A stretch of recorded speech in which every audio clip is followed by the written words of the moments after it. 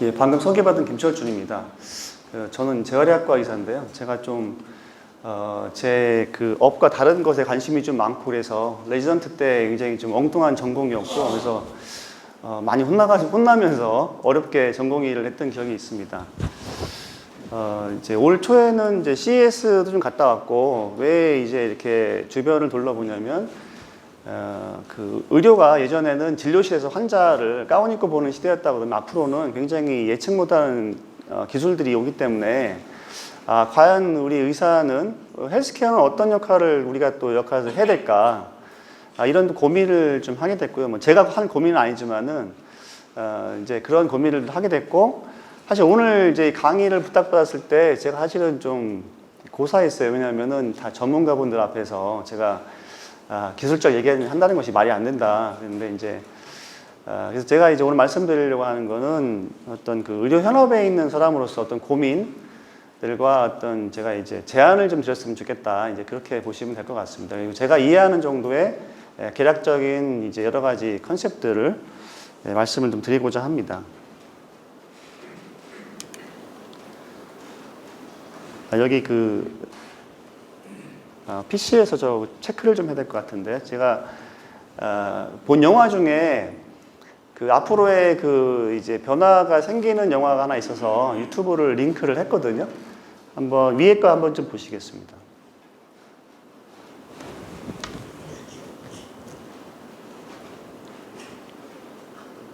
소리가 있으면 더 실감 날 텐데.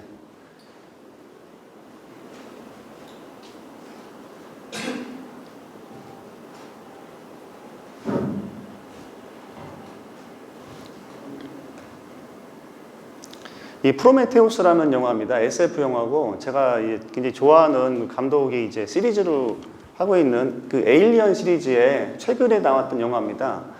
근데 이 주인공의 이제 몸속에 에일리언이 이제 그 어떤 새끼 알을 이제 해가지고 이 몸에서 이제 부화가 되면서 하는 증상이 있다 보니까 그 우주선에 있는 자동 수술 로봇에 들어가서 그 에일리언을 제거하는 수술을 이제 받는 거죠.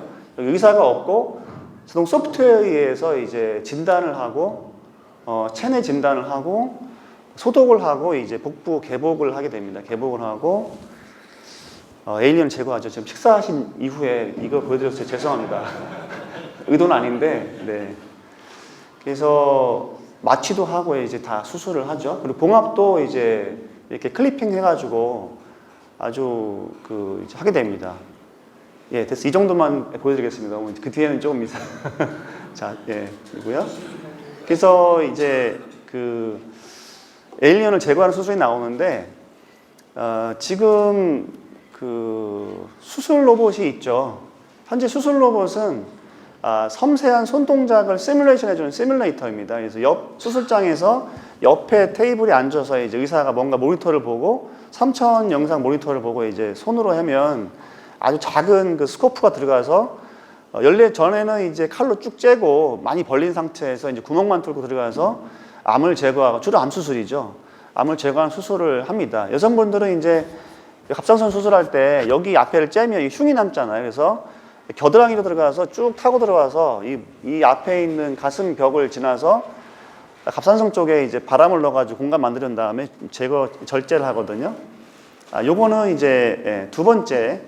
근데 인공지능 로봇이 탑재된 인간 로봇의 상품 설명서입니다.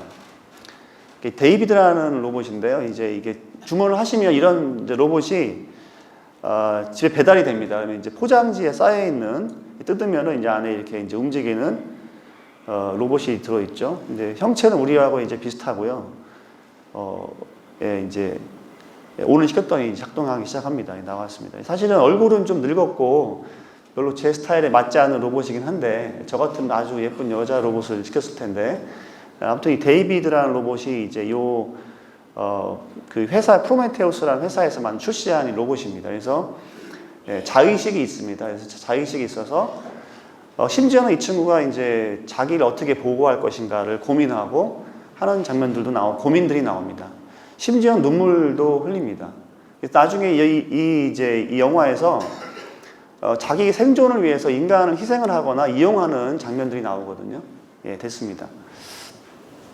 최근에 이제 구글에서 나온 기사들을 보면요, 그 인공지능 프로그램들이 자기의 데이터를 숨기는 거를 발견을 했다고 합니다. 내가 작업했던 데이터들을 인간이 자꾸 뭐라 하니까 숨겨놓는다든지, 또 그들만의 언어로 이제 코딩을 하기 시작을 하거나, 또는 서로 그 시뮬레이션을 할 때 A와 B의 인공지능을 트레이닝을 서로 시키잖아요. 그런데 어느 순간 지나니까 자기들끼리 언어로 이제 대화를 하는 것들을 그 단초를 봤다. 그래서 이런 것들이 이제 우리가 실제로 영화에 봤던 것들이 나오는 거 아니냐, 이런 이제 약간 가십성 기사들을 본 적이 있거든요. 근데 지금은 그게 이제 신기한 일이지만 앞으로 이게 진행된다고 하면 본능적으로 각 객체는 스스로를 보호하는 본능이 있기 때문에 이렇게 영화 같은 얘기가 나오지 않을까 생각을 합니다. 그래서 아무튼 수술 자체는 이제 일반화가 됐고요. 10년 전에 그 인투이티브 서지칼에서 나온 다빈치라는 로봇이 나왔을 때만 하더라도 반신반의했습니다. 이것이 너무 비싸고 컴플리케이션도 많고 이거 써야 되냐. 근데 지금은 많이 쓰고요. 국산에 또 우리나라에도 그 반도체 기업이 미래컴퍼니의 그 김준홍 대표라는 친구가 최근에 출시를 했습니다. 그래서 국산 그 서지컬 로봇이 나왔습니다. 나와서 세브란스에서 이제 수술을 하고, 통신망이 앞으로 5G가 되면은 이제 해외에서 그 서울대병원 뭐 또는 유명한 교수가 해외에 있는 병원에 환자의 이제 로봇 암을 펑처해 놓으면 복부장기 수술을 할 수 있습니다. 그래서 하다가 사고가 나거나 뭐 이런 일이 있으면 다시 이제 개복을 하겠지만, 어쨌거나 현실적으로 이제 원격 거리에서 수술을 할 수 있는, 심지어 우주에서도 수술을 할 수가 있습니다. 그래서 그런 것이 기술적으로 거의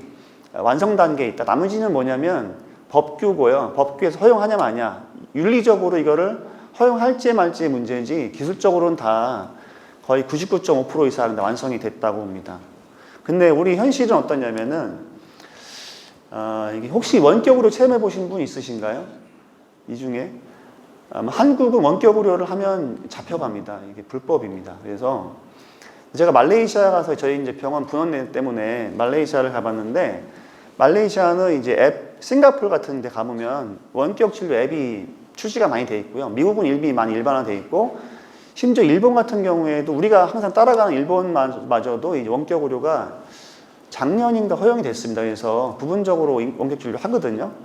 그래서 문자로 하면 얼마? 뭐 예를 들어 1,000원, 음성으로 하면 5,000원, 화상으로 하면 10,000원 뭐 이렇게 되고요.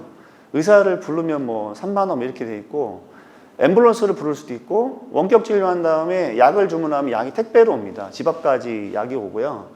그럼 저는 어디서 진료를 보냐면 소파에 있거나 심지어는 침대 안에서 볼 수도 있어요. 침대 안에 일어났더니 머리가 아파요. 그래서 호출을 해서 내가 리스트된 의사 중에서 두통을 잘하는 친구를 골라서 5,000원을 결제하고 화상 진료를 받아요. 그러면 한 2시간 뒤 약이 저희 집에 이제 띵동하고 옵니다. 그래서 그런 것이 말레이시아나 싱가포르에서 현재 서비스를 하고 있습니다. BP 헬스케어라는 회사에서 하고 있어요. 우리는 모릅니다. 사실은 이게 무슨 일인지. 예, 그 스테이크홀더, 그러니까 현재 이 기득권 뭐 집단이 아마 개입되지 않아 싶긴 한데 진행이 안 돼, 진도가 안 나가고 있습니다. 이 마차와 차가 좀 있습니다.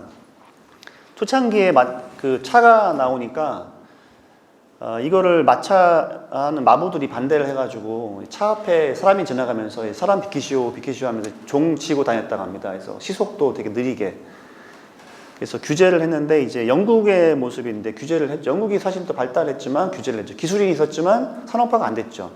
그것을 이제 가져가서 실제로 돈을 벌고 한 데는 미국이죠. 미국에 가서 이제 모델 T로 해가지고 대량 생산해가지고 엄청난 양의 이제 차를 생산해가지고 일반인들 쓸 수 있게 만들고, 또 독일 같은 유럽에서 가져갔죠. 영국은 이제 발달은 했지만 기술은 개발했지만 못했습니다. 마치 한국의 모습이 이렇지 않을까. 우리 기술 다 있는데 지금 못하고 있습니다. 누군가 약자를 보호하려고, 따뜻한 사회를 위해서 약자를 보호해야 되기 때문에 기술을 지금 쓰지 못하고 있습니다. 그래서 우린 지금 이산상에 있는데 계속 마찰을 유지해야 된다. 우리는 지금 이렇게 생각하고 있는 거죠.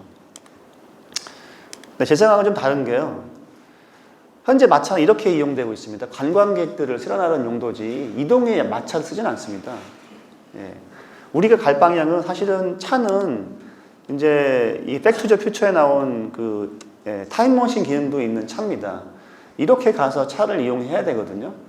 근데 현재 우리는 이제 아직도 마차의 마부를 보호해야 된다. 그러면서 이제 차의 속도를 40km 이하로 규정을 해야 되고 여러 가지 장치를 달아야 되고 뭐 이런 규제를 하고 있습니다. 그래서 이게 언제까지 이렇게 돼야 되느냐 사실 답답한 문제가 좀 있습니다. 현재는 헬스케어 3.0 시대라고 하는데요. 이제 한국도 굉장히 짧은 시간 동안에 발전을 했습니다. 그래서 살고 죽는 문제에서 겨우 전염병 예방하고 이제 질병 치료 이제 뭐 일단 일 터지면은 이제 막 뒷마감하는 그런 시대에서 앞으로는 예측을 하고 예방을 해야 되겠다. 그렇게 됩니다. 아까 이제 우리 회장님 잠깐 이제 질병 걸리거나 인간의 수명 얘기를 했는데 저희가 사실은 지금 평균 수명 80이 넘었거든요. 저희 병원 환자 상당수는 75세 이상이시고요. 요새 80세 이상도 다 수술 다 하고 다 합니다. 젊은 사람하고 큰 차이 없이 수술하고 상태가 되게 좋으십니다. 그래서 이제 흔한 말로 이제 재수 없으면 100살 그냥 넘긴다. 왜냐면 이게 그 사망 통계나 이런 게 어릴 때 영아 사망률 다 포함시켜가지고 한 거기 때문에 다 빼버리면은 지금 60세, 70세인 분들은요, 그냥 100살 간다고 보시면 되거든요. 그래서 저희는 이제 직원들한테 이렇게 얘기합니다. 은퇴 생각하지 마라. 죽을 때까지 일을 해라. 은퇴 생각하지 말고 지속적으로 너의 역할, 역량과 그거를 업그레이드 시켜라. 이렇게 하고 저도 이렇게 하려고 노력을 하고 있습니다. 하여튼 간에 의료가 지금 이렇게 헬스케어가 발달하고 개념이 지금 달라지고 있습니다. 그거의 그 원동력은 기술입니다. 기술이고 그거에 의해서 수명이 증가되고 또 다른 형태의 문제가 생기죠. 그래서 그렇게 변화가 되고 있다.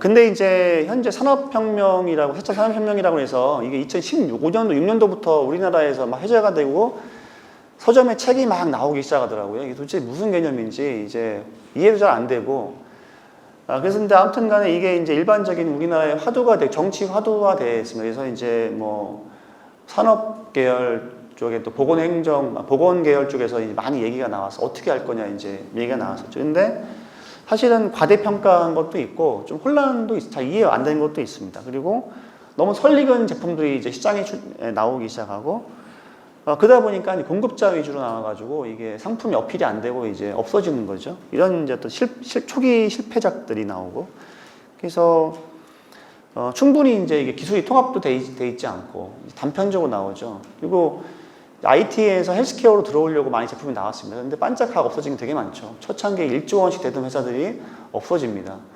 저도 이제 핏빛이라든지 뭐 이제 그 샤오미의 뭐 미밴드 같은 걸 썼지만 실제로 좋아할 것 같았지만 실제로는 또 사용이 잘 안 되더라고요. 공급자 마이닝 하지만 실제로 소비자가 그것을 원하는지는 갭이 좀 있습니다. 이렇게 하고 또 이제 이런 뭐가 기술이 나오면 어떤 그 현재 어떤 권한을 갖고 있는 사람들이 또 이제 장막을 치기 시작하죠. 이것은 뭐 위험하다. 국민의 건강과 안녕을 위해서 이것은 좀 제한할 필요가 있다. 이렇게 되면서 이제 여러 가지 또 이제 방어막들을 치고 규제를 하기 시작합니다. 물론 이제 규제라는 것이 사실은 필요합니다. 이게 사람에 대한 거기 때문에 필요한데 좀 과잉 우려가 아니냐. 제가 중국이랑 동남아를 가보니까 중국은 일단 시험해봐. 그래서 문제가 발생이 되면 그때 규제를 하겠다는 입장이고요. 동남아 같은 경우는 아예 그림이 없습니다. 그래서 그냥 백지에다가 설계해가지고 들어가는 상태가 되게 많아요. 제가 지지난주 캄보디아 갔었는데 거의 백지입니다. 법 자체가 없어서 크메르주 때 전문가들 다 제거했잖아요. 제도가 없어서 이제 실제로 새로 그릴 수 있는. 그러니까 제가 볼 때는 오히려 위협적인 이런 나라들이 규제 없이 자본력이 증가하고 소비 수요가 증가할 때 어떤 일이 일어날 것이냐. 중간 단계를 다 생략해버리고 바로 그냥 현 상태 가장 좋은 기술을 갖고 와라. 세팅할 것이다라는 생각이 듭니다. 그럴 때 우리가 과연 그 이메일을 못 쓰게 하는 우체부를 보호하기 위해서 이메일을 못 쓰게 하는 그런 나라가 되지 않을까 이런 걱정이 좀 있고요.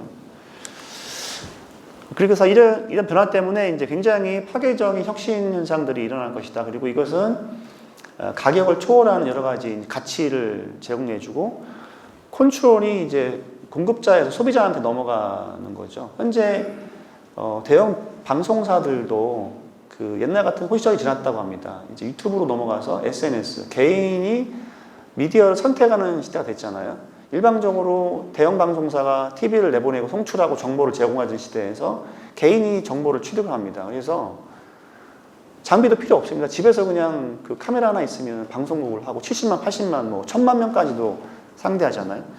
이런 여러 가지 이제 변화들이 이제 있고 여기에 이제 또 그 항상 나오는 이제 정부라든지 또는 그 소비자의 감성 또는 어떤 기술적인 측면에서 어떻게 이제 밸런스를 가지고 접근할 거냐가 하나의 이제 화두가 되겠습니다. 그래서 15년도부터 정부에서 여러 가지 이제 걱정이라든지 준비를 하고 있는 모습들입니다.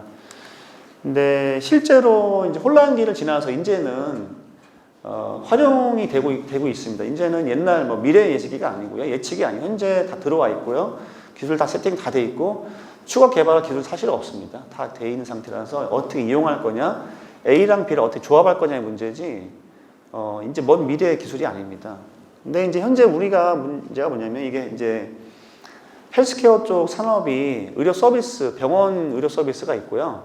의료기기, 약품이나 이런 것들 있잖아요. 근데 한국의 정부의 시각은 이제 이따가 나오겠지만은 제약이나 의료기는 산업인데 의료 서비스 자체는 산업이 아니고 복지로 보거든요. 그러다 보니까 소비 시장 자체가 복지 서비스, 사회복지 서비스 돼 있는 데다 보니까 거기에 납품을 하는 그 이후의 체계가 산업이 이제 활성화되기 어려운 부분이 있습니다. 그래서 복지에 좀 과도한 포커싱이 되다 보니까 규제를 하게 되죠. 왜냐하면 복지에서의 과도한 소비는 낭비로 보거든요. 그래서 규제를 하게 되고 너무 내수용으로 이제 취급하는 거죠. 그리고 예방 쪽이 이제 돼야 사실 4차 산업혁명이 꽃을 필 수가 있어요.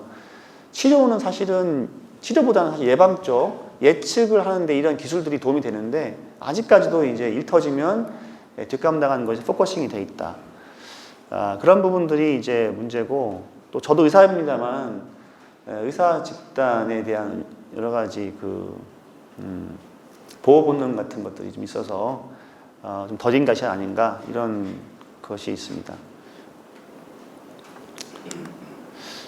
저희가 아직 그 의료비 지출 수준은 여유가 좀 있습니다. 그래서 제가 가보면 동남아시아에 이민 갔던 분들이 종종 여기민 오시거든요. 그 중에 하나가 의료입니다. 그리고 약간 연세 있으신 분들은 여차하면 한국에 들어오려고 합니다. 그 현지에서 치료를 안 받거든요. 한국이 어느덧 뭐 저희가 잘한 건 아니지만은 굉장히 그 접근도가 좋다. 농담으로 5,000원 가지고 이제 전문의를 예약 없이 볼 수 있는 데는 은하계 우리밖에 없다 이렇게 농담도 하거든요. 전문의가 정말 흔하죠. 기본적으로 이제 한국에서의 의사들은 전문의 과정을 마쳐야지 이제 어떤 역할을 하기 때문에 의료비는 약간 여유가 약간 있습니다. 평균보다.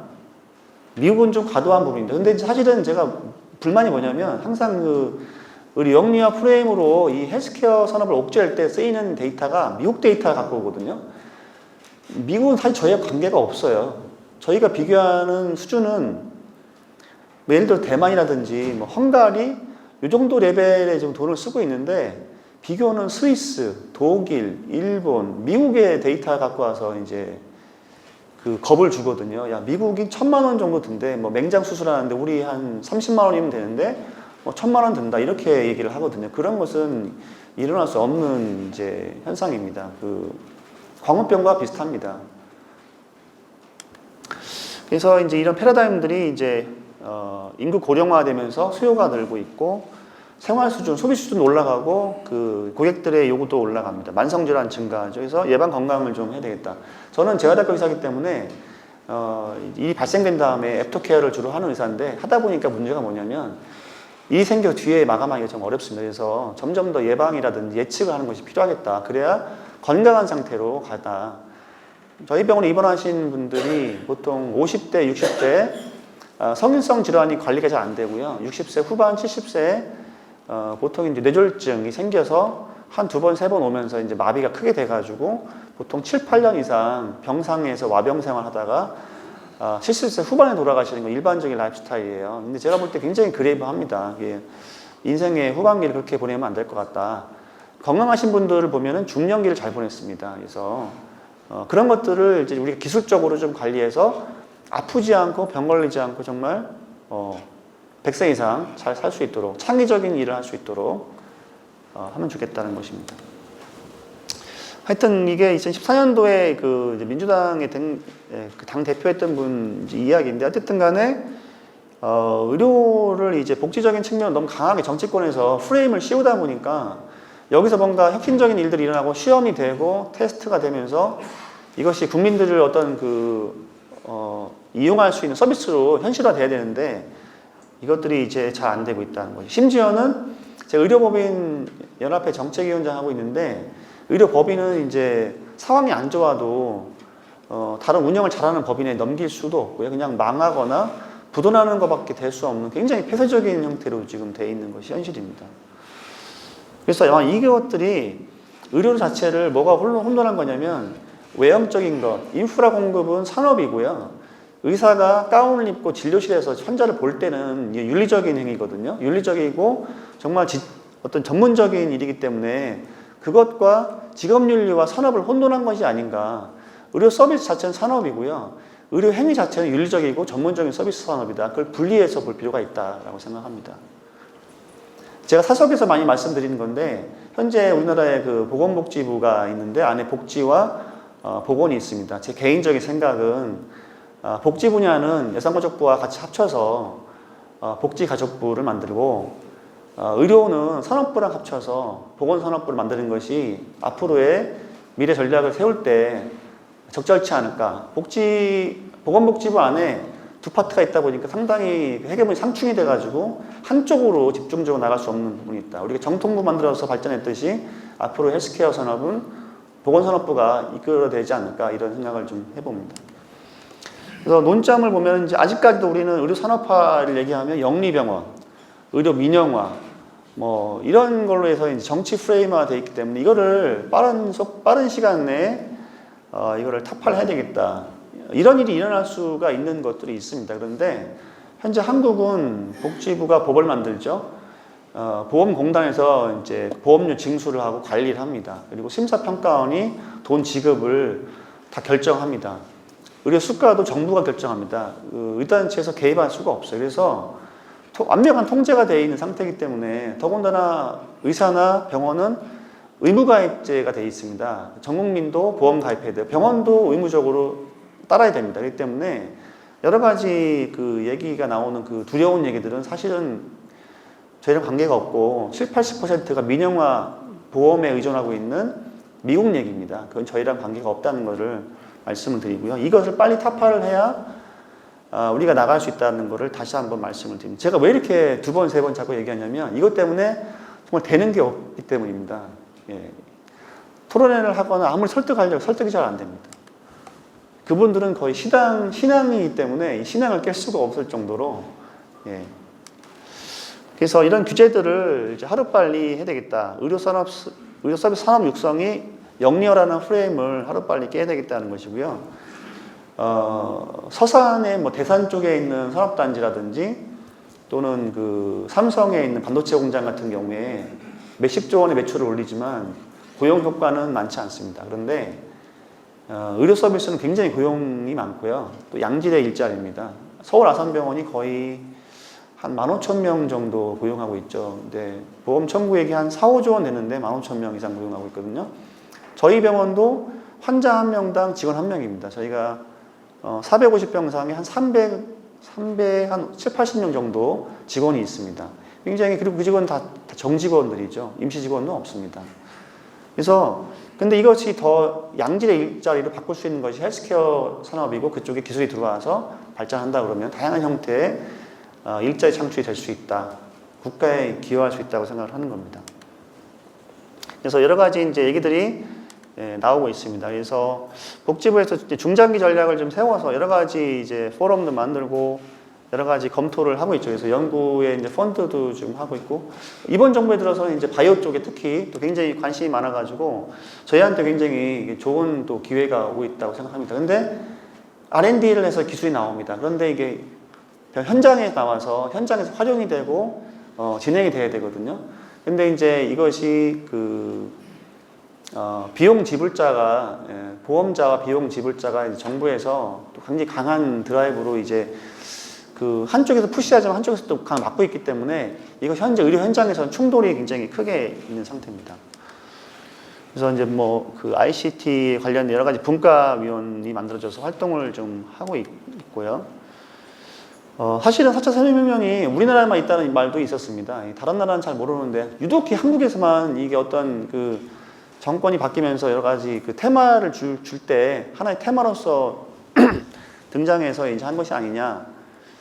저희가 애써 그거를 부정할 필요는 없을 것 같고요. 이제 저희가 어떻든 활용을 잘 하면 되니까. 그래서 단순히 이제 어떤 개별 기술들이 개별 분야에서 일을 하다가 이것이 모두 통합돼 가지고 쉽게 말씀드리면 인간을 배제한 상태에서 스스로의 능력으로 데이터를 모으고 분석을 하고 작용을 하고 또 개선 작업을 하는 그런 현상이 일어나는, 우리가 이해할 수 없는 속도와 이해할 수 없는 동작들, 효율성이 일어날 수 있는 상황이 이 산업혁명, 우리가 지금 살고 있는 시대에 일어날 수 있는 혁명이 아닌가 이렇게 얘기를 하고 있는 거고요.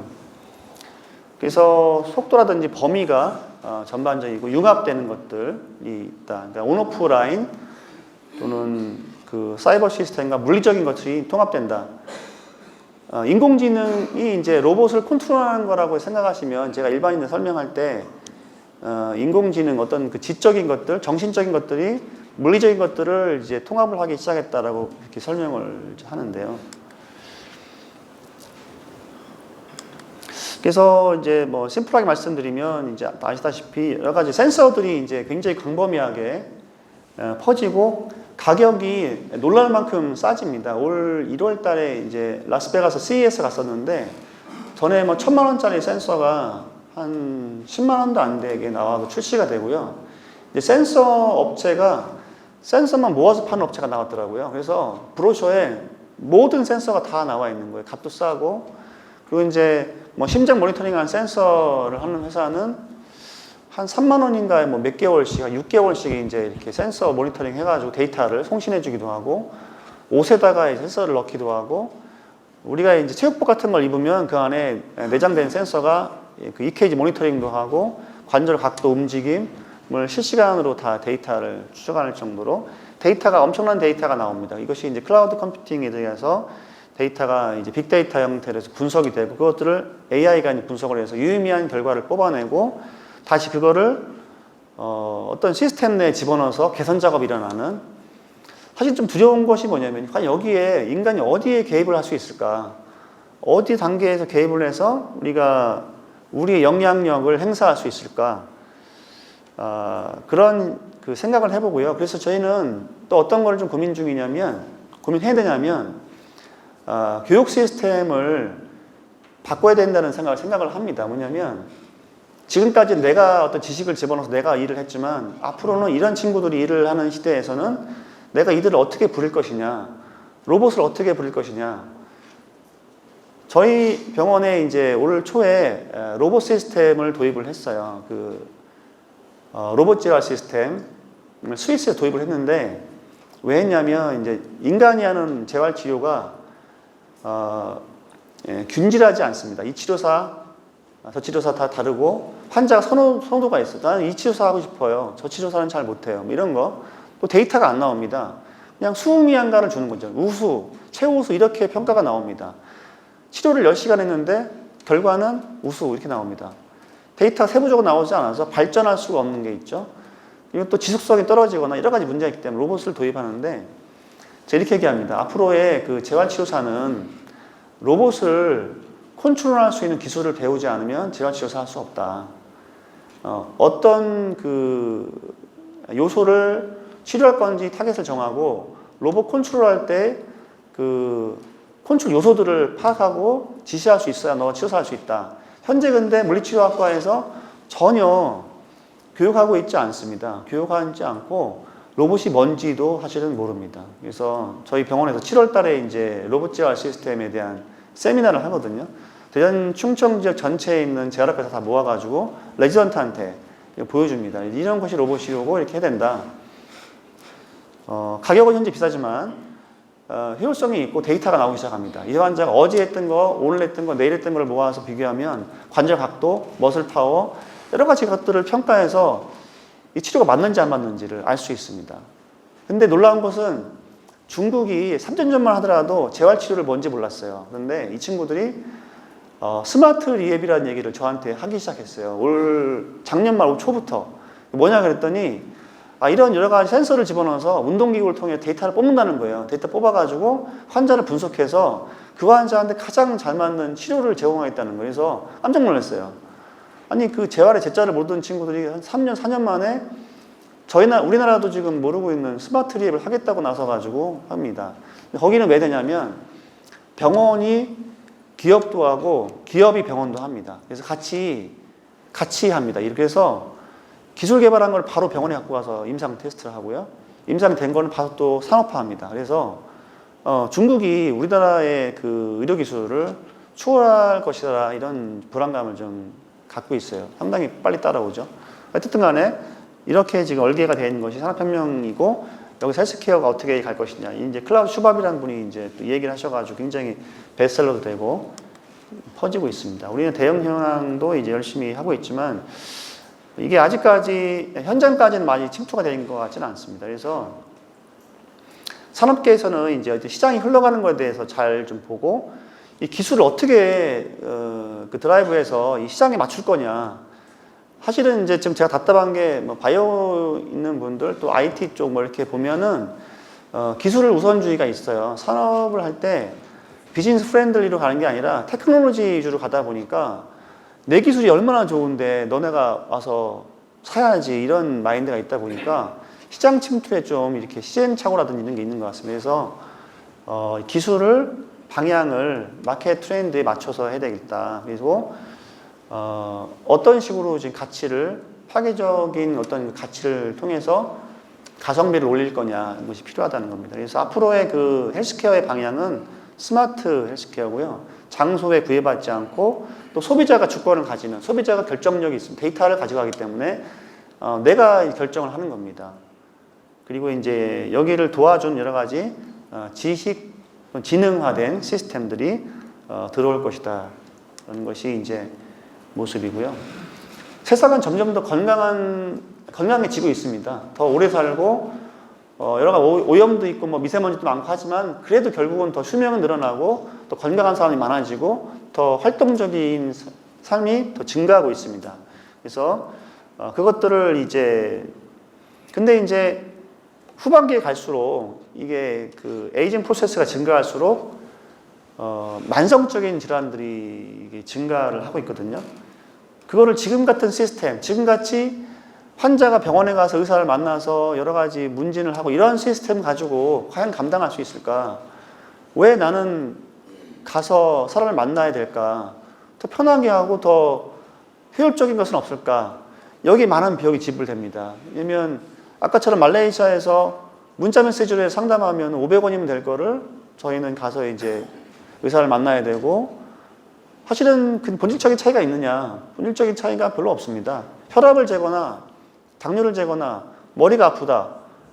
차이가 거의 없을 수가 있어요. 물론 이제 의사가 환자를 만나서 진찰할 수 있는 것도 중요합니다. 중요하고 그럴 때가 있습니다. 그렇지만 모든 케이스가 아니기 때문에 효율성을 올릴 수 있는데 왜 우리는 그렇게 하고 있지 않느냐. 상당히 편리성이 증가하고 비용이 떨어지고 안전도가 높아집니다. 왜냐하면 당뇨 검사를 예를 들어서 의사를 만나면 뭐 한 달에 한 번 봅니다.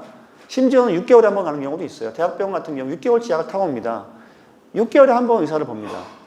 센서를 가지고 내 몸에 있는 임플란터블 센서 같은 것이 많이 있다 하면 난 데일리로 매 시간 몇 초당 데이터가 나와서 누군가가 나를 안전하게 감시를 해주죠. 내 심장이 멈추기 전에 내 심장이 통증을 느끼기 전에 감지해서 나를 보호할 수가 있는 거죠. 어디든지 너가 화장실에 있든지 샤워하든지 여행 중이든지 간에 알 수가 있죠. 그런 것들이 할 수가 있습니다. 과학은 이 시대에서 꽃을 필 거다.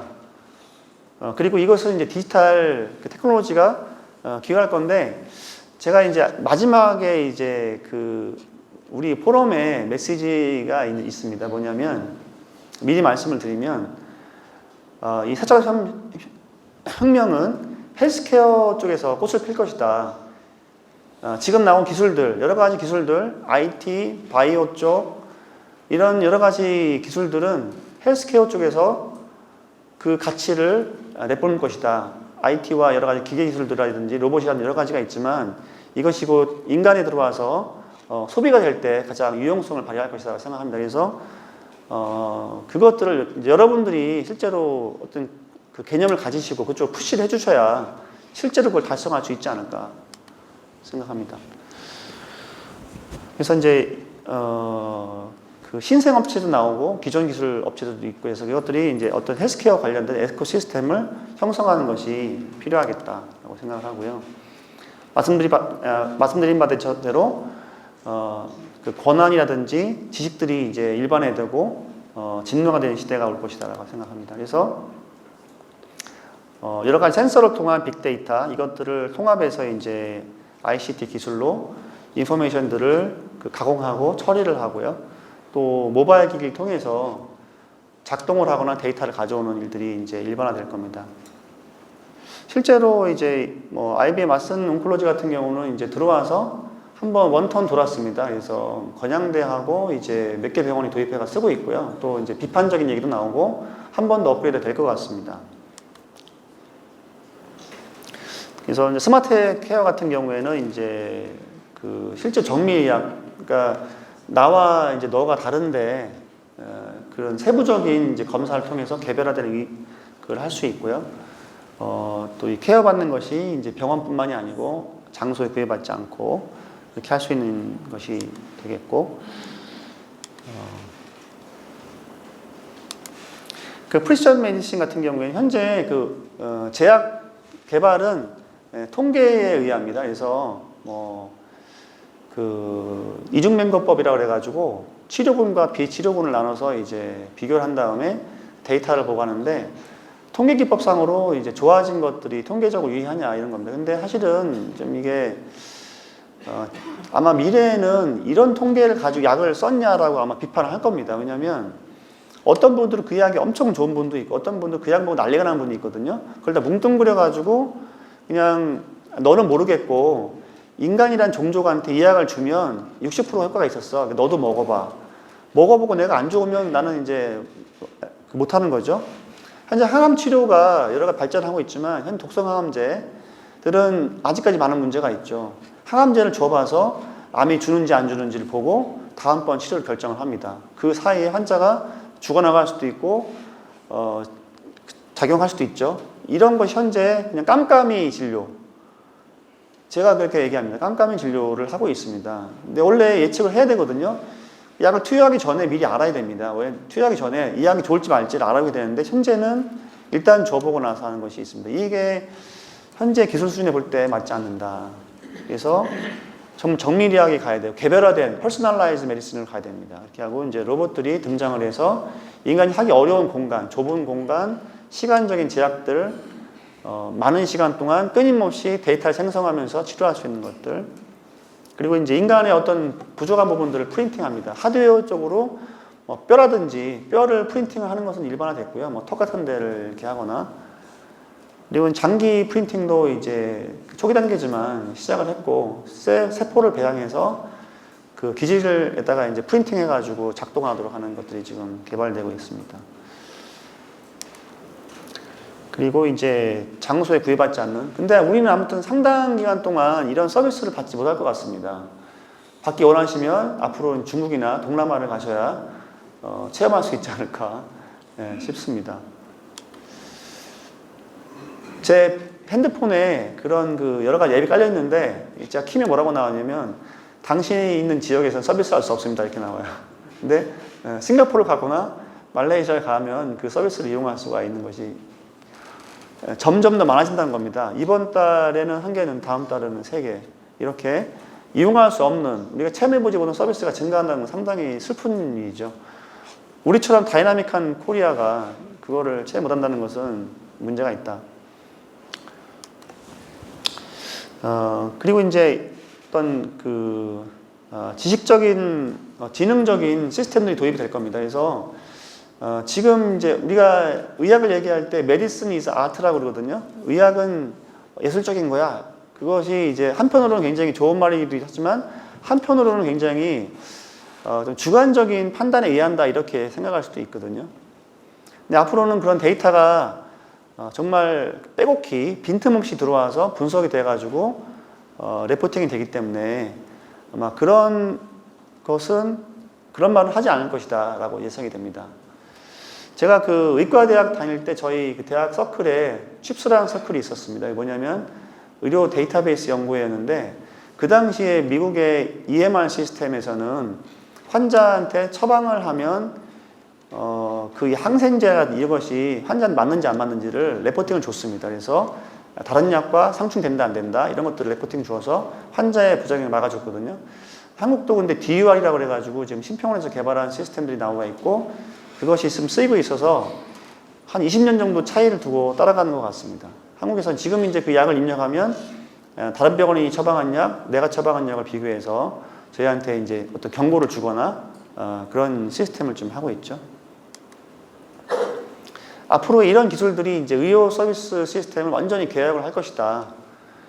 사물 인터넷을 통해서 데이터가 이제 연결이 되고, 웨어러블 인터넷을 통해서 이제 신체 움직임이라든지 여러 가지 장기의 센서 움직임들을 감지할 거고, 여러 가지 떨어진 장기 기능들, 이제 뭐 청각, 시각 같은 것들은 이제 사용이 되기 시작했고, 뇌 저격을 심어 자극을 주거나, 신재는 내부의 장기들도 이제 교체하는 것이 될 것이고요. 휴대폰 같은 경우도 지금 예전에 쓰던 그 PC보다 훨씬 더 성능이 뛰어나죠.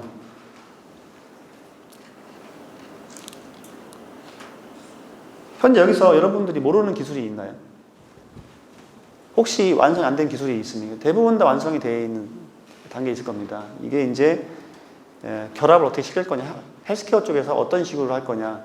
제가 올해 갔을 때 그 CES 가보니까 중국 업체들이 한 부스의 3분의 1 정도가 중국 업체가 와 있었어요. 그런데 거기서 병원에 쓸 수 있는 기술이 너무 많은 거예요. 저는 너무 신나가지고 제가 4일 동안 거기 업체들을 거의 그 관련된 업체들 다 만나고 얘기를 했는데 너무너무 정말 신났어요. 왜냐하면 다 돼 있는 거예요. 가져와서 병원에 바로 쓰면 됩니다. 환자들을 관리하고 환자 안전을 보호할 수 있고 하는 기술들이 이미 다 상업화되어 있습니다. 그것도 현재는 이제 집에 있거나 일반 산업계에 있는 기술들인데 사용될 수 있다는 거죠. 센서가 이제 일반화됩니다. 그래서 아주 저렴하게 데이터가 나오죠.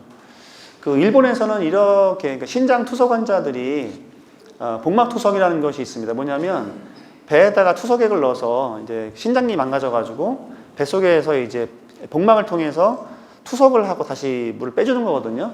근데 이게 문제가 뭐냐면 감염이 될 수가 있어요. 병원이 하는 게 아니라 개인이 집에서 하다 보니까 감염이 됩니다. 근데 상당히 이게 위험합니다. 복막 안에 균 들어가서 염증이 생기면 폐혈증 돼서 환자가 죽을 수가 있거든요. 그래서 일본에서는 어떤 시스템 서비스가 있냐면은 복막액을 리얼타임으로 감시를 해서 혹시 박테리아라든지 염증 수치가 증가하는지 봐가지고 리얼타임으로 이제 감시를 하는 거죠. 한국은 그것이 또 불가능합니다. 그래서 사용할 수가 없어요. 환자 열이 나서 폐혈증이 생기거나 열이 나 난리가 나야 이제 병원에 와서 그때 부랴부랴 이제 검사해서 의사가 처치를 하는 거죠. 이런 센서가 일반화되면 환자가 미리 예상할 수가 있어요. 일 터지기 전에. 센서가 폈지만 점점 싸지기 때문에 이런 시스템들이 이제 가능하고요. 또 운동하는 여러 가지 이런 그 수트에서도 다 감지가 됩니다. 이미 이건 다 출시가 되고 있습니다. 수트를 입고 이제 운동하면 데이터가 레코딩이 다 되죠. 저는 이거를 가지고 환자들 운동하는 양 같은 걸 측정할 수가 있어요. 객관적으로. 어떤 동작을 어떠한 각도로 할 수 있다, 하고 있다는 것들을 데이터가 쭉 나오죠. 그러면 우리의 치료가 잘 되고 있나 못 되고 있나를 알 수가 있습니다. 치료사의 주관적인 평가가 아니라. CES 가보니까 이제 그 가장 좋은 업체들이 큰 대형 업체는 미국인데요. 중소업체들 강한 데는 역시 그 일본 업체가 강합니다. 회사 이름을 물어보거나 위치를 물어보면 동경이 많고요. 두 번째로 많은 데가 중국입니다. 중국은 이제 넘버원은 선전. 선전에 회사가 많고 베이징 쪽에 회사들은 상당히 완성도가 있는 센서들을 가지고 나와서 헬스케어 쪽에 어필을 하고 있었습니다. 이식 기술도 이제 개발이 돼서 몸속에 들어가고 있죠. 일부는 지금 많이 들어가고 있습니다. 환자들이 뭐 페이스메이커라든지 이런 것들 갖고 있는 것들은 일반적인 상황들이 되고 있고요. 컴퓨팅이 상당히 이제 뛰어나죠. 제가 컴퓨터를 맨 처음 접했던 데가 이제 중학교 2학년 때였는데 그때 애플2 컴퓨터가 있었습니다. 그래서 24줄짜리 가지고 이제 그때 그때가 LG가 아니라 금성 있었나요? 럭키 금성인가? 그때 나왔던 24줄 나오는 텍스트만 나오던 컴퓨터에서 지금 스마트폰은 PC와 거의 대등한 수준에 이제 하고 있죠. 이것들이 이제 치료기로 들어갈 거라는 얘기죠. 치료기로 들어가서 의료기로 쓸 겁니다. 그리고 이제 집에서도 역시 헬스케어를 하시는 부분들이고, 제가 지지난주에 그 캄보디아를 갔었는데 거기에 건축하는 그 이제 부동산 개발 업체가 이 커넥티드 홈 쪽에 헬스케어를 넣고 싶다 이런 생각을 가지고 있어요. 그래서 이 통신만 가지고 인간의 그 사람이 집에 들어가면 그때부터 너의 건강 관리를 다 해주겠다. 그리고 최근에 이제 뭐 또 재밌는 것 중에 하나가 이제 변기죠. 생체에서 가장 값싸게 매일매일 나오는 생체 데이터는 이제 그 소변과 대변입니다. 배설물이 상당히 많은 데이터를 갖고 있지만 우리는 그냥 그걸 버리거든요. 그거를 이제 매일매일 수집해서 분석한다 그러면 몸 상태를 훨씬 더 잘 알 수 있죠. 이런 것들이 이제 병원이 아니라 집에서 내가 생각 없이 하는 것들을 다 감시 어떤 센서 모니터링 통해서 활용할 수가 있는 거죠. 최근에 제가 그 업체는 잘 모르겠는데 미국 업체에서 이런 그 자동 분석하는 센서를 가지고 있는 변기를 상업화할 거다라는 얘기를 들은 바가 있습니다. 그래서 이제 앞으로의 집은 그 단순히 삶의 현장이 아니라 건강 관리를 할 수 있는, 나를 안전하게 지킬 수 있는 그런 세이프 홈의 개념으로 발전할 것이다. 이제 빅데이터를 활용하기 시작했습니다. 그래서 이게 이제 암 치료입니다. 근데 암 치료에 왜 쓰이냐면 이 논문이 너무 많습니다. 논문이 1년에 수십만 편이 쏟아져 나오는데 이것들을 인간의 머리로 이해하거나 통계를 낼 수가 없어요. 저도 이제 논문을 모으다가 포기했습니다. 왜냐면 논문이 너무 많고 하나 파악하는데 오래 걸리는데 너무나 많은 양의 데이터들이 상반된 주장들을 하고 있거든요. 그거를 도저히 사람 머리 이해할 수가 없습니다. 그래서 이제 논문 데이터를 이제 이 왓슨이 리뷰해서 정리를 해가지고 이제 레코멘데이션 해주는 거죠. 이 환자한테는 이러이러한 항암제를 쓰는 게 좋겠다라고 레코멘데이션 해줍니다. 그러면 결정을 이제 인간이 하는 거죠. 영상의학과도 상당히 이제 많이 들어오고 있고, 임상병리, 영상의학과 이런 쪽은 그 진단 쪽, 영상 진단 쪽은 상당히 많이 이제 들어와서 레코멘데이션 하고 있죠. 그래서 인간 전문의 유사한 정도의 그레이드로 평가를 해주고 있습니다. 로봇이 많이 들어오고 있는데, 로봇이 이제 의학계에서는 분류가 세 부류입니다. 하나는 첫 번째가 이제 상업화에 된 거는 수술 로봇입니다. 수술장에서 쓰는 다빈치 같은 로봇이고요. 두 번째가 이제 우리 생활에 들어온 게 장애를 도와주거나 생활 편리를 도와주는, 뭐 예를 들자면 청소 로봇 같은 것들이 이제 들어왔죠. 청소 로봇도 이제 되게 지능화가 돼가지고 옛날처럼 화장실에 빠지거나 몸에 줄을 감고 혼자 괴로워하는 현상은 없어졌습니다. 이제 지가 줄을 피하기도 하고, 또 세 번째는 이제 장애 환자들을 도와준 여러 가지 웨어러블 로봇 같은 것들이 현실화됐고요. 일본은 노인이 정말 너무너무 많습니다. 예. 지자체 공무원이 하는 역할이 독거노인 사망자를 수거하는 것이 일일 정도로 도시가 빌 정도 노인이 증가하고 있죠. 케어할 사람이 없습니다. 그러니까 80세 노인을 70세 노인이 간호를 해야 되는 상황입니다. 그래서 이런 것들에 대해서 이제 로봇이 들어오지 않을 수가 없습니다. 해외 인력도 도입하지만 어려움이 많죠. 한국 같은 경우에도 지금 간병 로봇들을 도입하려고 합니다. 환자를 이송시키거나 그런 부분에 대해서. 3D 프린팅 같은 경우에는 이제 인체의 그 손실된 부분들, 즉 성형외과, 정형외과에서 이제 뼈를 프린팅해가지고 메탈이나 칼슘 성분들을 조합해가지고 이제 사용하고 시작을 했고요. 장기도 고만되지 않을까 생각합니다. 그래서 이런 것들이 여러 가지 이제 임상 실험부터 연구부터 이제 실제 분야까지 많이 영향을 미칠 것이다. 그래서 예측을 할 수 있는 예측 의료로 가야 된다. 여기에 수요가 증가할 것이다. 이쪽에 이제 IT 업체가 이쪽에 다 들어오려고 하고 있다는 얘기죠. 그래서 치료의 방식도 어떤 그 빅데이터를 통한 알고리즘을 통해서 정밀한 개별화된 맞춤 의학을 할 것이다라고 예측이 되고요. 앞으로는 이제 그 환자가 의료 서비스 이용하는 데 있어서 국경이 없어질 겁니다. 그리고 비용 결제도 없어집니다. 예, 결제하는 방법도 국경을 초월하죠. 이런 그 서비스를 개발한 업체가 있어요. 원격 진료를 하고요. 비용 결제를 비트코인으로 합니다.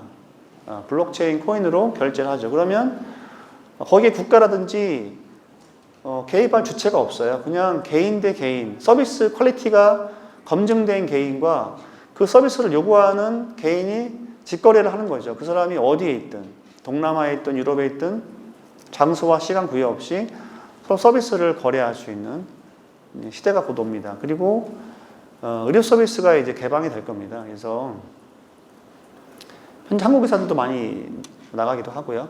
그래서 국경을 초월하는 그 서비스가 도입이 될 것이다. 아까 말씀드린 것처럼 공간적인 차이 없이 수술도 할 수 있고 진단도 할 수가 있죠. 여기에 이제 IT 기업들이 많이 들어오려고 합니다. 그래서 사실은 제가 이제 바이오 기업들 대표님들 만나면 바이오 기업 분들은 IT를 엄청 경계를 하시더라고요. 이제 우리 영역에 자꾸 헬스케어라, 디지털 헬스케어라고 얘가 자꾸 들어오려고 한다, 이제 불편하시는데, 제가 볼 때는 이 바이오 기업의 기술들을 유통할 수 있는 채널로서 보면 된다고 생각합니다. 경쟁자가 아니라 파트너로서 유통망으로 쓸 수 있는 좋은 기회라고 생각을 합니다. 그리고 이제 이런 지금 치료 위주로 되어 있던 것들을 좀 확장하자. 저는 좀 답답한 게 뭐냐면 병원이 계속 지금 이제 이 치료에만 이제 매입되어 있거든요. 성과 돌파가 일어나지 않습니다. 치료 결과가 불완전한 치료가 이제 있고 장애자 양산이 됩니다. 예방을 해서 장애자가 안 생기는 치료로 가야 되고요. 그 다음에 똑같은 돈을 쓰고도 왜 병원에 누워있는 치료를 이용하고 있냐, 어리석지 않느냐. 그 돈이면 행복하고 즐거운 데 쓸 수 있는 재원이거든요. 이건 뭐 예는 아니지만 독일에 가면 온천 의학이라는 게 있고 온천 전문의가 있고 온천에 대해서 보험 치료를 해줍니다. 보험을 인정해줘요. 보름 정도 온천 의학 전문의가 처방해주면 보름 정도 휴양을 할 수가 있어요. 그래서 1년에 2번씩 휴양을 시키면 이 사람이 병도 안 걸리고 열심히 일한다는 거예요. 그래서 의료보험 재정을 안 쓴다는 겁니다. 그래서 그런 논리와 데이터가 있어서 이제 해주거든요. 똑같은 돈을 우리는 병원에 누워서 찌르고 뭐 여러 가지 약을 먹고 이런 걸로 돈을 쓰고 뭐 완벽한 비유는 아니지만 그쪽은 더 즐거운데 돈을 써서 인간이 안 아프게 해서 가는 쪽으로 돈을 쓴다는 거예요. 누가 옳으냐? 한번 심각하게 고민할 필요가 있지 않느냐? 이것들을 이 기술을 통해서 앞으로 할 수 있다. 라는 주장이고요. 그래서 이런 그 헬스케어, 디지털 헬스케어 또는 이제 산업혁명을 통한 헬스케어 시스템을 우리가 그 사회 베이스로 깔아서 효율성을 올려야 되겠다. 근데 이렇게 하려면 원래 이 경계를 사실은 파괴해야 되거든요. 서랍 경계, 국경 경계, 공간을 경계를 깨야 됩니다. 그런데 자꾸 이게 막아놓으니까 이게 소통이 안 돼, 발달이 안 되는 거예요. 전 답답할 노릇이죠. 경계 소멸이 돼야 이게 헬스케어가 폭발할 거 아닙니까? 꽃을 피울 거 아닙니까? 예. 그것이 필요하다. 우리 시점에서 필요하다. 우리는 지금 기술이 필요한 것이 아니라 경계를 허무는 사고의 체계의 변화가 필요하다라는 겁니다. 그래서 이 산업계군한테는 좀 포트폴리오를 다시 한번 포커싱을 하고 비즈니스 모델을 다시 재편을 해라. 지금같이 해오던 것들을 하지 말고 다른 형태를 한번 구상을 해봐라. 신사업을 고민을 해봐라. 그리고 소비자의 관심에 대해서 가장 포커싱을 해라. 정부라든지 어떤 그 정책 위반하는 경우에는 데이터를 쓸 수 있게 자유화해라 하는 것이고, 그쪽에서 뭔가를 주도하려고 하지 말고 기본 인프라, 스트럭처, 기준, 원칙만 세우고 뒤로 빠져라. 그러면 나머지 플레이는 민간에서 다 할 수 있다는 겁니다. 그래서 창의성이 폭발할 수 있는 그런 상황을, 그런 사회를 만들어 달라는 것이 이제 요청이고요. 결론은 뭐냐면은 규제를 풀어라 이런 얘기는 아닙니다. 어느 정도 규제는 필요하죠. 안전을 위해서. 그렇지만 이 사업 모델이 성공을 해서 비즈니스를 할 수 있는 환경을 해달라는 겁니다. 그래서 규제 완화보다도 사업 모델이 성장할 수 있는 그런 환경 조성을 하는 것이 정말 중요하다는 것입니다. 저희가 이제 고민한 것들을 말씀드리면, 이제 한국의 변화는 이제 에이징 그 노령인구가 증가하고 있고요. 질환 예방 쪽에 포커싱이 되어 있고, 점점 더 즐거움에 대한, 웰빙과 항노화에 대한 관심이 증가합니다. 제가 60세 이상 분들을 만나서 얘기해 보면 다 여기 관심이 많으세요. 근데 정작 서비스가 없다는 거예요. 내가 이용할 수 있는 서비스는 없다. 관심도는 있는데 할 게 없지 않느냐. 젊은 분들은 갈 데가 있죠. 뭐 이렇게 할 수 있는 피부 미용 같은 데 할 수 있는 많잖아요. 근데 중년 이후에 정말 건강을 챙길 데는 없다는 겁니다. 그래서 저희가 생각한 것이 이런 그 내부적인 신체와 외부적인 것들을 다 같이 컨트롤할 수 있는 시스템이 필요하다는 거고요. 저희가 이제 그래서 그 포럼을 하나 저희도 이제 하는 게 있으면서, 이제 저는 이제 그 병원이 의사이기 때문에 이 헬스케어에 대해서 이 기술 연구소 이 분들하고 바이오기업들하고 의료계를 좀 만나게 해주자. 정말 편하게 부담 없이 만나서 친구처럼 서로 네트워킹하고 아이디어를 공유할 수 있는 것을 해보자라고 했었고, 이게 작년 4월인가 시작해서 지금 이제 한 7, 8회 좀 됩니다. 그래서 전 정말 계급장 떼고 만납니다. 그래서 회원가입도 필요 없고요. 그냥 와서 자유롭게 얘기하고 맥주 한잔 하고 그냥 가는 그런 분위기고요. 정기적인 모임도 하고 또 이제 번개 모임도 합니다. 그래서 지난번에 7월 달에는 이제 sarcopenia라는 주제를 가지고 몇 가지, 여기에는 근데 이제 재밌는 게 뭐냐면은 병원도 있고요. 그 다음에 어떤 측정하는 어떤 그 센서 업체, 그 다음에 여기 센서 업체죠. 그 다음에 여기는 이제 EMS라고 그래가지고 운동을 시키는 그런 거, 또 그 다음에 이제 치매라든지 근육 문제를 해결하는 그런 바이오 기업들 모여서 다른 주제를 가지고 같은 한 주제에 다른 기업이 모여서 같이 서로 이야기를 하는 되게 재밌는 경험을 한 적이 있습니다. 그래서 끼리끼리 만나지 말고 섞어서 융합적으로 만나자 그런 거고요. 저희가 그래서 이제 해외 진출을 많이 모색을 했었고, 제가 타겟이라는 지역이 이제 가까운 연태하고 싱가포르 인근에 있는 말레이시아 두 군데를 했었습니다. 그래서 지금 말레이시아 같은 경우에는 이제 분원을 올 하반기에 설립할 예정인데요. 사실은 이제 슬픈 건 아니고 좀 아쉬운 부분이, 이런 부분들을 좀 더 한국에서 연습하고 나갔으면 좋겠다. 그런데 한국에서 연습할 수가 없어요. 너무 불법적인 게 많다고 다 규정이 돼 있기 때문에 여기서 시도를 한 다음에 뭐 완성된 걸 나가야 되는데 못하니까 이제 나가서 하는 겁니다. 나가서 하려니까 문제가 뭐냐면, 그쪽에서 뭐라고 물어보냐면, 너네 지금까지 한 데이터 있어? 가져와봐. 그런데 우리나라에서는 불법이라서 할 수가 없어서, 데이터가 없어서 그냥 왔어요. 이렇게 얘기를 한단 말이죠. 그러면 이게 잘 진행이 안 되는 거예요. 최소한 베이스 캠프 역할을 해야 되겠다는 겁니다. 그래서 저희가 이제 조바로 지역에 이제 클리닉 세팅하려는 장면들이고요. 사실 일개 작은 병원이고 이제 기업이지만 여러 가지 새로운 시도를 해보려고 노력을 하고 있습니다. 좌충우돌을 하는 거죠. 그래서 사실 저는 이제 이 대전이 상당히 인프라가 좋은 도시입니다. 어디보다 자랑스럽고 과학자가 정말 길에 널린 분들, 정말 과학자가 정말 많죠. 계룡대 가면 별이 흔하다 그러는데 대전은 정말 과학자가 많습니다. 박사가 정말 많습니다. 그리고 연구소, 역사와 전통이 있고 기술이 정말 집적되어 있는 연구소가 있는 지역이 또 있냐? 없다는 거죠. 근데 우리 스스로의 그 능력이라든지 가치를 너무 잘 모르고 있다. 외지인이나 이 얘기하면 깜짝 놀랍니다. 이렇게 많은 분들이 매일같이 모여서 이렇게 연구하고 토론하는 그런 도시가 없다는 겁니다. 그래서 이 도시 안에서 인구 150만의 작은 도시지만 여기에 병원도 있고 대학도 있고 연구소가 있지 않습니까? 이분들이 같이 모여서 지금 규정 말고 앞으로의 뭐 5년, 10년 뒤의 미래를 보고 벽을 허물고 어떻게 해서 더 좋은 서비스를 만들 거냐를 논의하신다고 하면 오늘 정말 이 자리가 의미가 있을 것 같고요. 저는 그래서 이 주제는 뭐냐면 헬스케어에서 우리가 하는 모든 기술들이 꽃을 필 것이다. 그래서 아마 굉장히 그 유명한 것은 확실하다. 그러니 우리가 좀 더 이렇게 아이디어를 내서 결과를 내주시기를 제가 부탁을 드리겠습니다. 이것이 저희 주장이기도 하고 제 고민이기도 합니다. 네, 감사합니다. 이상입니다. 그 의료 서비스를 이제 산업화하는 데 있어서 문제가 없는 것은 아닙니다. 여러 가지 문제가 발생할 수 있기 때문에 그런 우려를 다 이해하고 있습니다. 그런데 의료 서비스는 분명히 여러 가지 자본적인 투자가 필요합니다.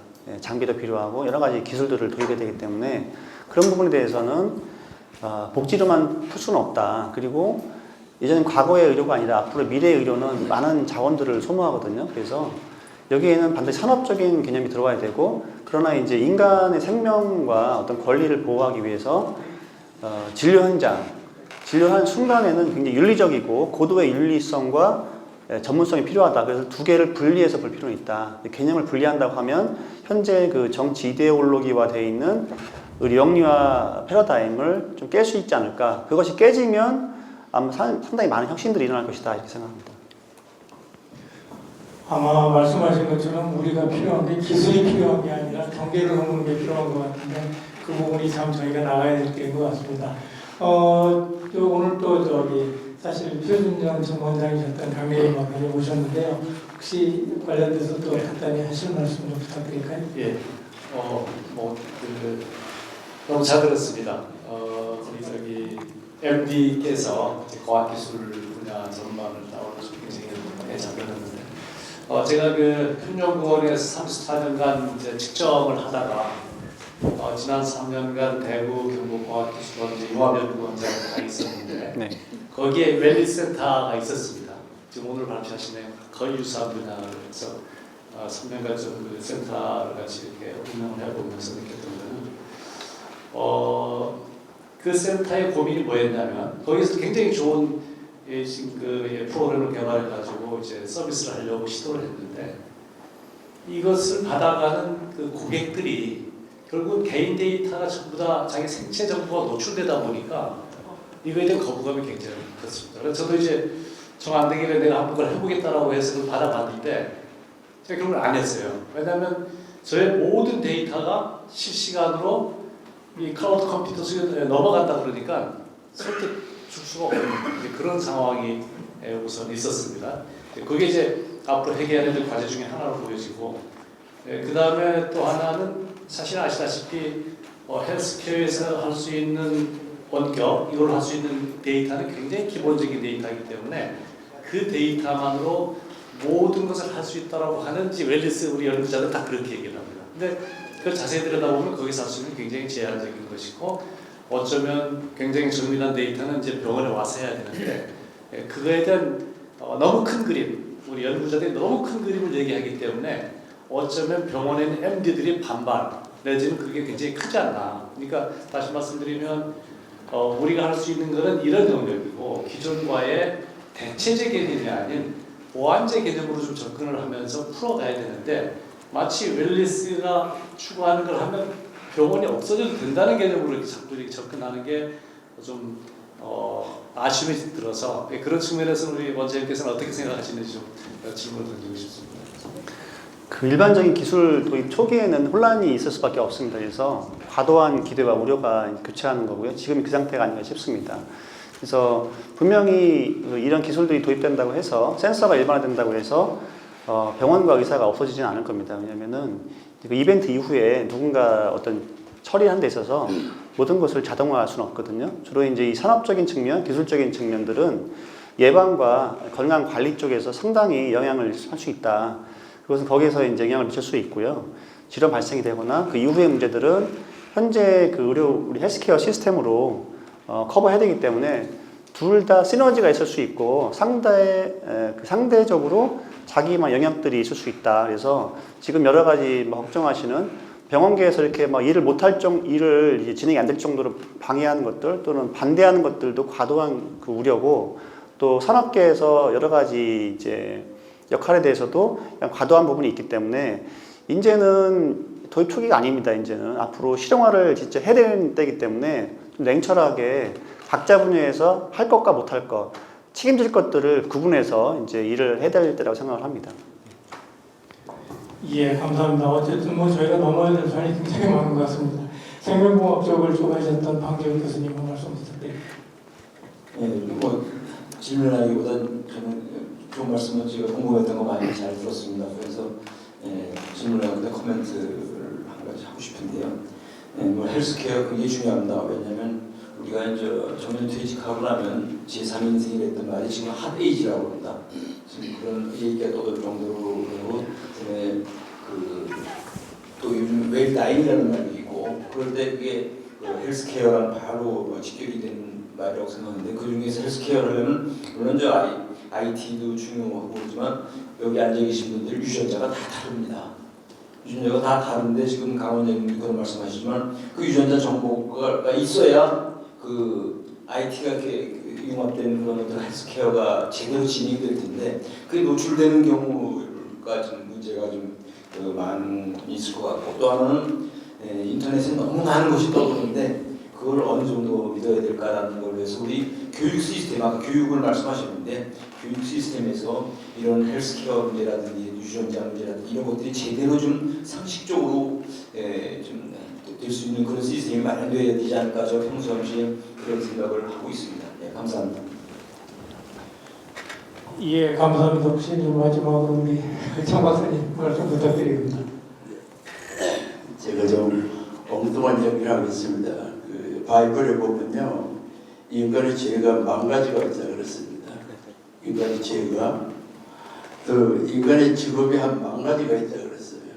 근데 이제 의학사전을 보면은 인간의 병이 10,000가지가 있다 그랬습니다. 근데 인간은 가장 다양한 가장 좋은 음식을 먹고 사는데 왜 그렇게 병이 많으냐 이거죠. 그래서 저는 그 4차 산업하고 의료계획을 가야 될 것이 그런 걸 좀 찾아봤으면 좋겠다. 가장 좋은 많은 음식을 먹는 인간이 왜 이렇게 많은 병을 가지고 사느냐 이거지. 난 그게 굉장히 의문이 많았어요. 그래서 저는 이제 그런 생각을 해요. 그래서 4차 산업과 현대의학이 할 일은 그런 원인을 한번 추적해 보았으면 좋겠다. 그래서 가장 중요한 것은 조기 진단, 정확한 진단이 필요하다고 생각해요. 그래서 예방의학이 중요한 거지 치료보다도 거의 더 중요하다. 그러니까 어떻게 조기 정확하게 진단할 거냐. 지금 AI가 의사보다 더 정확한 진단을 한다고 지금 얘기가 나오잖아요. 이제 그런데 4차 산업이 가야 될 거라고. 지금 이제 굉장히 좋은 자료를 많이 만들어 주셨는데 아직은 피부를 느끼기에는 너무 먼 이야기들이 많은 거예요. 아직은. 그렇죠. 그래서 현대의학이 가야 할 방향은 어떻게 조기 진단, 정확한 진단을 할 걸 이런 데 포커스를 두고 거기에 따라서 예방의학을 가야 된다고 보는 사람이에요. 치료는 사실 다음 문제거든요. 사실은. 정확한 진단이 따라오면은 치료는 어떻게 보면 굉장히 쉬운 거로 보는 거죠. 근데 그래서 이제 인류과학이 가장 중요한 것은 인문의료지 아니겠어요? 난 그것이 최선의 방법이라고 보는 사람, 저는 의학하는 사람 아닙니다. 그래서 어떻게 인문의료지를 제대로 발전시킬 것인가 하는 문제들은 이런데 좀 그 4차 산업이 좀 이렇게 포커스를 했으면은 훨씬 헬스케어에 도움이 될 거라고 보는 사람이거든요. 좀 그런 차원에서 현대의학이 좀 접근했으면 좋겠다. 아까 그 헬스케어 디지털 테크놀로지는 그런 표현을 쓰시는데 사실 그런 걸 별로 실감이 안 나는 게 아직 구체적으로 어떻게 그것을 할 건지 이제 의학사전을 보면 이제 블록체인이라는 말이 많이 나요. 그러니까 인간이 태어나서 일정한 사람 동안 모든 우리 해서 히스토리가 다 나오면은 진단이 굉장히 쉬울 거라고. 어렸을 때 알았면 먹었던 음식 같은 히스토리가 다 있으면은 마지막에 진단이 굉장히 쉬울 거라고. 그러니까 그런 그 데이터베이스, 각 개인의 데이터베이스를 다 하면은 진료에 굉장히 도움이 될 거라고 보는 거거든요. 이제 그런 작업이 필요한 시대가 아니냐, 저는 그렇게 생각을 해요. 예. 예, 감사합니다. 아마 지금 말씀하신 것처럼 김 원장이 말씀하신 게 우리 인생 쭉 본다고 하면 문제가 생기기 전에 치료하는 거, 그죠? 예방 쪽에 초점을 더 맞추는 게 좋겠다 하는 말씀인데, 정광 선생님 말씀은 그거보다 또 한 단계 앞에 초점을 맞춰야 되지 않냐 하는 말씀을 해주셨습니다. 어쨌든 오늘 시간이 너무 작아서 그런데 한두 분만 좀 질문을 받도록 하겠습니다. 예. 꼭 질문해야 돼. 예, 하시죠. 요새 그저 아주 유명한 유튜브 중에 이런 게 있어요. 재수 없으면 200살까지 산다 하고 있었을 거예요. 200살까지 사는 거가 재수 없다고 그러는데 도대체 앞으로 몇 살까지 살게 하려고 그렇게 예고 많이 하시냐. 앞으로 몇 살까지 살 것 같은지, 몇 살까지 살고 죽는 것이 합당한지 적당한지, 빨리 죽게 하는 방법은 없는지. 저는 이제 제가 그 병원 하나의 그 기업을 운영하고 있는데요. 해보니까 사람의 생명이 뭔가 이루기에 너무 짧다는 그런 생각을 최근에 하고 있습니다. 진짜 뭔가 완성을 하려면 오랜 시간이 필요하다는 걸 느끼거든요. 지식을 얻고 자본을 얻고 네트워크를 만드는 자체가 굉장히 어렵잖아요. 근데 인간의 생명이 유한하다는 것은 저희가 인간이기 때문에 어떻게 할 수 없는데, 제가 정확히 말씀드릴 수는 없지만 여러 가지 데이터를 볼 때는 성장기 그 시간하고 비례해서 동물들과 비교해 보면 한 140, 50세까지는 가능하지 않겠는가 이런 얘기를 하더라고요.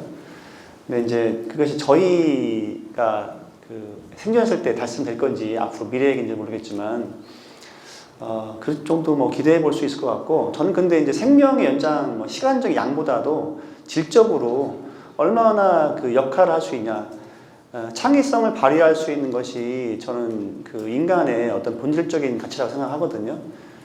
제가 아는 분 중에 이제 미술가, 예술가 중에는 90세에 이제 등단한 분도 있고 화가로 등단하신 분도 있고, 저희 집에 걸려 있는 그림의 하나는 이제 90세 그리신 그런 그림도 있거든요. 그래서 저는 그 기능을 할 수 있는 장수가 필요하다. 지금처럼 질병에 이제 시달리면서 계속 누군가의 케어를 받으면서 하는 것은 이제 우리가 그것이 우리가 바라는 것은 아니다는 거죠. 그래서 지금 저희가 오늘 모여서 같이 얘기했던 주제를 가지고 건강하고 기능할 수 있는 그런 어떤 그 장수를 지향하는 것이 필요하다. 그래서 저희가 잘해서 150살까지 예, 건강하게 했으면 좋겠습니다.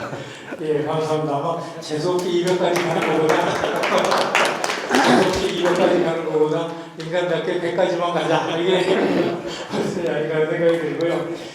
오늘 여러 가지 좋은 말씀 해주셨습니다. 저희가 필요한 게 과연 뭔가, 그리고 앞으로 정말 이쪽 사탄으로 많은 얘기를 했지만 특히 의료, 복지 이런 부분에 얼마나 많은 넓은 영역이 있는가 하는 것도 오늘 좋은 말씀 해주셨고요. 또 한 번 굉장히 좋은 것 중에 하나가 저는 궁금했던 게 의료 서비스 이쪽 분야, 이쪽 산업하고 연구단지가 얼마나만큼 우리가 서로 링크가 될 수 있느냐 하는 거였는데, 그 중에 하나 고리가 아까 바이오 메디칼 그 포럼이 될 것 같아요. 그래서 그런 쪽의 포럼에도 또 여기 계신 분들이 또 많이 참여해도 되는 거죠? 됐습니다. 예. 좋죠. 많이 또 참여하실 수 있도록 또 저희한테 알려주시면 저희도 같이 공지하고 또 그렇게 하도록 하겠습니다. 오늘 아주 중요한 여러 가지 많이 말씀을 해주셨는데 시간이 부족해서 여러분들께 좀 죄송스러웠다는 말씀드리고요. 혹시 또 바로 아마 김 원장님이 오늘 아까 말씀드린 거 평가 때문에 바로 자리를 뜨셔야 됩니다. 그래서 끝나고 난 다음에 또 얘기하기는 좀 어렵겠지만은 이메일이라든가 연락처는 저희가 드릴 수 있으니까 그런 부분을 통해서 원격 진료를 조금 더 받아들이시기 바랍니다. 원격 진료. 예.